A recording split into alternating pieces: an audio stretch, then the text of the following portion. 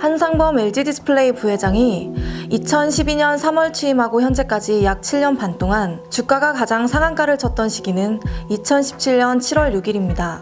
애플이 LG디스플레이 중소형 올레드 공장에 3조 원 규모의 투자를 검토하고 있다는 해외 언론의 보도가 나오면서 주가는 이날 52주 신고가를 썼습니다.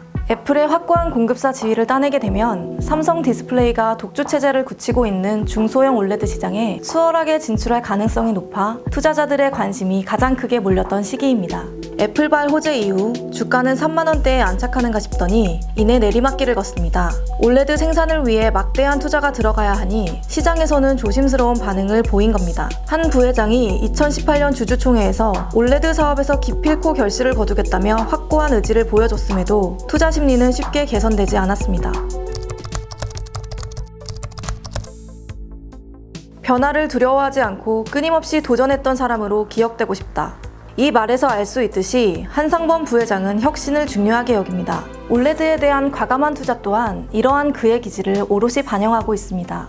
한 부회장이 처음 올레드 사업으로 진출을 결정할 때 내부에서 반대 의견이 많았지만 올레드가 아니면 세계 1위를 할 수 없다는 단호한 태도를 보였다고 합니다. LG 디스플레이 최대 위기에 등판해 회사를 회생시킨 1등 공신으로도 꼽힙니다. LG 디스플레이는 2010년 LCD 업황 악화로 7분기 연속 적자를 보이며 누적 적자가 1조 2천억 원에 달했습니다. 한 부회장은 이때 대표이사 자리에 올라 3분기 만에 영업이익을 흑자로 돌려세웠고 2015년까지 LG 디스플레이 실적의 황금기를 이끌었습니다. 이 공을 인정받아 2015년 연말 인사에서 부회장으로 승진했습니다. 우려되는 문제는 현장에 답이 있다를 내자로 줄이면 우문현답이다.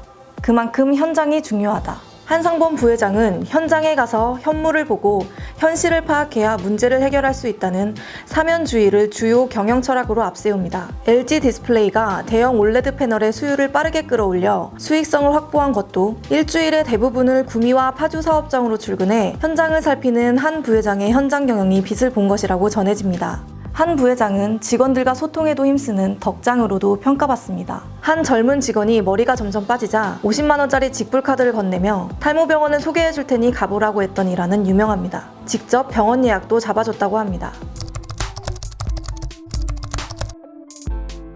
한상범 부회장은 1등을 강조하는 CEO로 유명합니다. 평소 1등이 아니면 분하지 않느냐며 시작한 사업은 끝장을 봐야 한다는 생각을 직원들에게 강조한다고 전해집니다. 취임 초기에는 안녕하세요 대신 1등 합시다 라는 구호로 회의 시작과 끝을 내게 했다고 합니다. 한 부회장의 이러한 1등 DNA는 초기에 제대로 작동하며 LG 디스플레이 성장과 주가 상승을 견인했습니다. 그러나 7년간 전체 성적표는 낙제점에 가깝습니다. 한 부회장의 취임 당시 LG 디스플레이 시가총액은 10조 904억 원에서 시작했습니다만 현재 5조에서 6조 원대로 반토막난 상태입니다. 특히 올레드 대규모 투자를 발표한 2017년 7월 이후 주가는 역사적 저점을 이어가고 있습니다. 현재 올레드 매출이 전혀 없는 대만 AU 옵트로닉스보다도 주가 순 자산 비율이 낮습니다. 올해는 올레드 투자에 따른 경영 악화로 5년 만에 배당을 실시하지 않기로 하며 주주들의 비난도 샀습니다.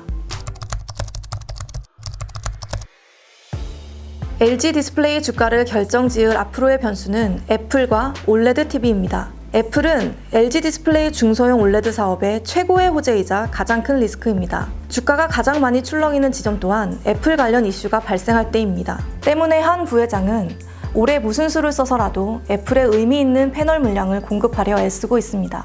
애플은 스마트폰 디스플레이 품질의 까다롭기로 유명해 품질 인증을 받는 것이 쉬운 일이 아닙니다. 한 부회장은 신제품 아이폰 3개 모델 가운데 하나에 집중해 패널 완성도를 높이겠다는 전략을 세웠습니다. LG 디스플레이가 올해 애플 공급 점유율을 20% 수준까지 높이면 돈 먹는 하마 중소형 올레드 사업의 실적 개선과 성장 동력 확보라는 두 마리 토끼를 모두 잡을 수 있습니다. 다만 애플이 최근 판매량 부진과 화웨이 제재의 여파로 중국 판로가 차단될 수 있다는 리스크를 안고 있다는 점은 고려해야 할 요소입니다.